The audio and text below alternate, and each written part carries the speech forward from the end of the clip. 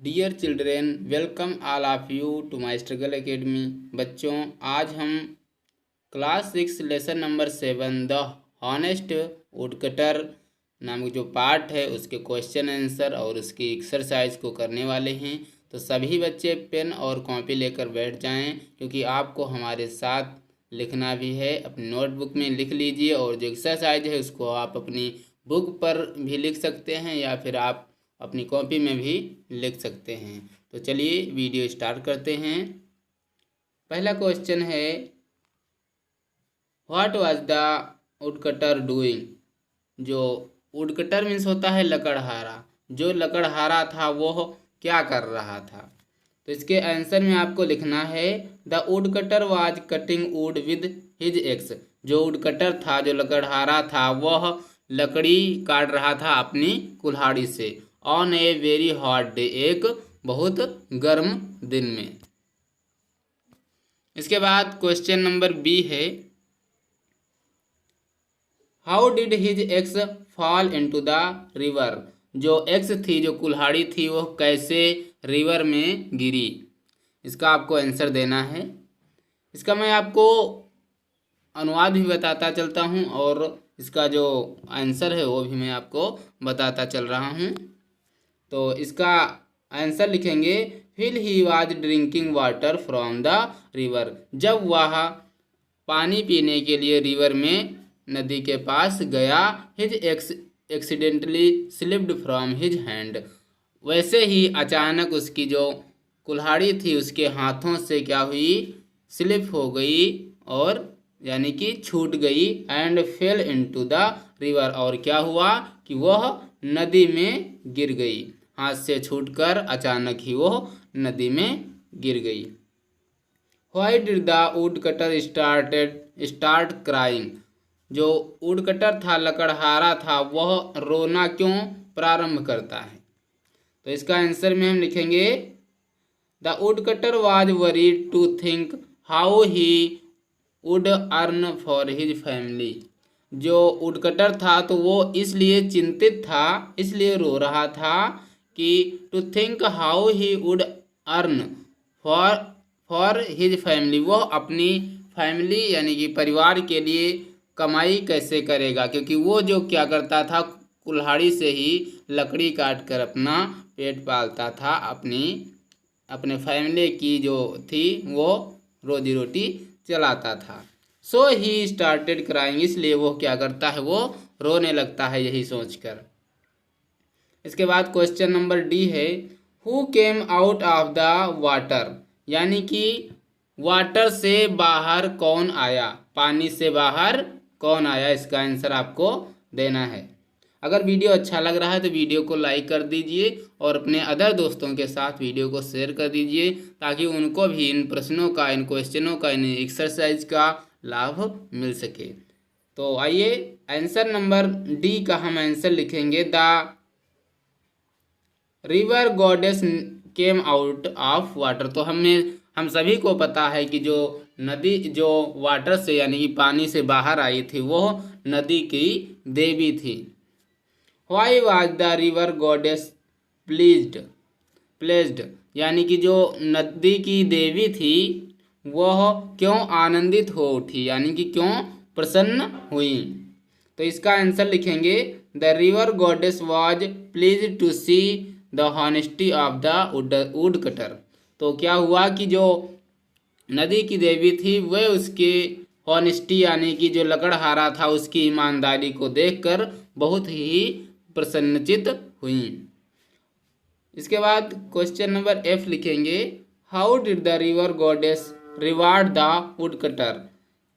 तो जो नदी की देवी थी उसने वुडकटर को क्या रिवार्ड दिया, यानी कि क्या इनाम दिया।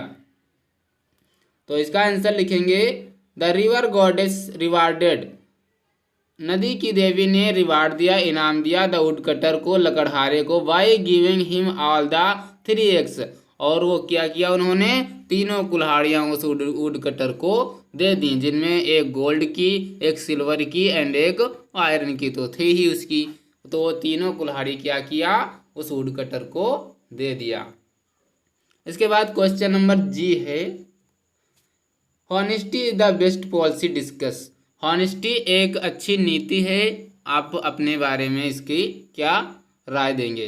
तो इसके बारे में आप अपने हिसाब से भी लिख सकते हैं। वैसे हमने इसका आंसर दिया है, honesty is one of the most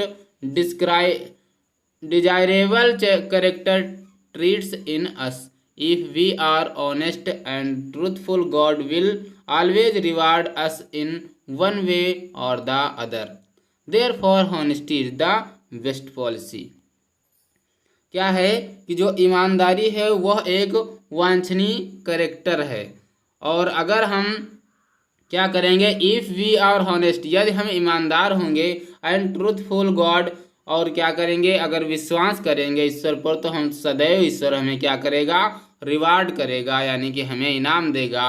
one way of other, किसी ना किसी तरह से क्या करेगा, ईश्वर हमें इनाम देगा। Therefore honesty is the best policy, इसलिए क्या है कि जो ईमानदारी है वो एक अच्छी नीति है। इसके बाद हम जानेंगे एच। क्वेश्चन नंबर एच है कि the woodcutter's axe was made of. जो वुडकटर था, लकड़हारा था, उसकी कुल्हाड़ी किसकी बनी थी? तो क्या गोल्ड की बनी थी, आयरन की बनी थी, या सिल्वर की बनी थी? तो सभी को पता होगा कि जो उसकी एक्स थी, कुल्हाड़ी थी, वो आयरन की बनी हुई थी, इसलिए हम आयरन पर टिक करेंगे। इसके बाद came out of the river. कौन जो है नदी से बाहर निकलकर आया? तो रिवर गॉड आए, या रिच विच आई, या रिच गॉडेस आई? तो जो रिवर गॉडेस आई, तो इसमें आपको रिवर गॉड आए, या फिर रिवर विच आई, या फिर रिवर गॉडेस आए? तो क्या हुआ कि जो रिवर गॉडेस थी, यानी कि जो नदी की देवी थी, वह बाहर निकल कर आई। यहाँ पे तीसरा होगा, सही कर लेना।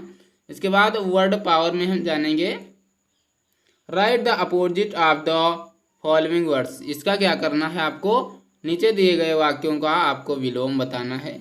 जैसे डिसहॉनेस्ट का हॉनेस्ट हो जाएगा, बेईमानी का ईमानदारी होगा। इसके बाद केम का केम मीन्स आना, गो मीन्स जाना हो जाएगा। इसके बाद कोल्ड मीन्स ठंडा होता है, हॉट मीन्स गर्म हो जाएगा। लाफ मीन्स हंसी, क्राई मीन्स चिल्लाना। पनिश मीन्स दंडित करना, रिवार्ड मीन्स इनाम देना। सैड मीन्स दुखी, और हैप्पी मीन्स खुश। तो इस प्रकार से इसके अपोजिट बनेंगे। आपको इनको अपनी कॉपी में लिख लेना है और उसके बाद इनको याद करना है। इसके बाद लैंग्वेज प्रैक्टिस में हम जानेंगे, material noun is the name of the substance which with which things are made. क्या किया गया है इसमें कि मटेरियल नाउन कौन कौन से, उनसे कौन सी वस्तुएं बनती हैं। तो आपको मटेरियल नाउन की डेफिनेशन लिख देना है, और आपको जैसे एग्जाम्पल में कॉटन, कॉटन से क्या बनता है। मटेरियल नाउन का अर्थ होता है जो रॉ मटेरियल होता है, जिससे हम कोई वस्तु बना सकें, वो होता है मटेरियल। तो कॉटन से हम कपड़े बना सकते हैं, प्लास्टिक से हम देखो बहुत सारी वस्तुएं, कुर्सी, मेज, ये सब क्या होता है, प्लास्टिक से बना सकते हैं। ये क्या है, मटेरियल नाउन के एग्जाम्पल्स हैं। मिल्क्स है, मिल्क मीन्स होता है दूध, अब दूध से आप देखो दही बना सकते हो, मक्खन बना सकते हो। सीमेंट से क्या होता है, इससे घर भी बना सकते हो। सिल्वर, चांदी से तरह तरह के जेवरात बनाए जा सकते हैं। तो ये होते हैं मटेरियल नाउन, जिनसे हम कोई वस्तु बना सकें। इसके बाद choose the material noun from the box and fill in the blanks. जो खाली जगह है उन पर आपको मटेरियल नाउन भरना है। उन जगहों पर आपको क्या करना है, मटेरियल नाउन यानी कि पदार्थवाचक संज्ञा भरनी है। The chair is made of. तो चेयर किसकी बनी होती है, वुड की बनी होती है। यहाँ पे आप प्लास्टिक भी लिख सकते थे, लेकिन प्लास्टिक हम कहीं अलग जगह पर भरेंगे, इसलिए हम यहाँ पर वुड ही यानी कि लकड़ी ही भरेंगे। The ring is made of. Ring बनी होती है, किसकी बनी होती है, तो गोल्ड की बनी होती है। यहाँ पे आपको गोल्ड भरना है। सिल्वर भी भर सकते थे, क्योंकि सिल्वर इसमें ऑप्शन में, ये जो बॉक्स बना हुआ है इसमें सिल्वर नहीं है, इसलिए हम यहाँ पे सिर्फ गोल्ड ही भरेंगे, क्योंकि गोल्ड है इसलिए हम गोल्ड भरेंगे। The red bouquet is made of. यहाँ पे प्लास्टिक भरेंगे, क्योंकि जो लाल बुकेट है, जो लाल बाल्टी है, वह प्लास्टिक की बनी होती हैं। The Taj Mahal is made of marble, जो ताजमहल है वो किसका बना है? मार्बल का बना हुआ, इसलिए हम यहाँ पे मार्बल भरेंगे। The jacket is made of leather, जो जैकेट है वो किसका बना है? लेदर का बना है, चमड़े का बना है। The window is made of, जो खिड़की है वो किसकी बनी हुई है? वो ग्लास की बनी हुई है, यानी कि कांच की बनी हुई है। इसके बाद हम दूसरा है language practice. Answer the following question in yes और no, one is done for you. इसमें क्या करना है आपको? यस और नो लगाकर क्वेश्चनों का निर्माण करना है, क्वेश्चन बनाने हैं, क्वेश्चन और उनके आंसर बनाने हैं। जैसे will you came to school tomorrow, क्या तुम कल स्कूल आओगे?